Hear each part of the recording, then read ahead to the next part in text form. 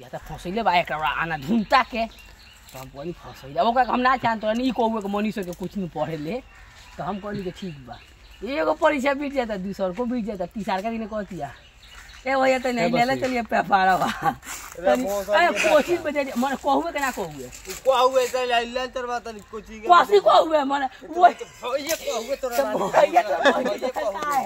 तो हाँ तो बहुत बनाओ थे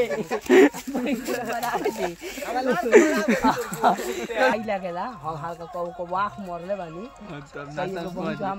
ना ओकरे पूछ ए पूछ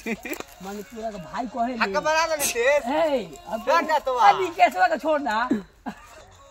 के मन तो भाई लगेली हां हम ओकर भाई तामसार भइली सार लागले कैमरामैन फोकस हम ओकर के आंख मरले बानी कैसे तो बहुत आंख मरले बानी ए तो तब स्कूल में फैसला कोई हमर माल कोई हमर माल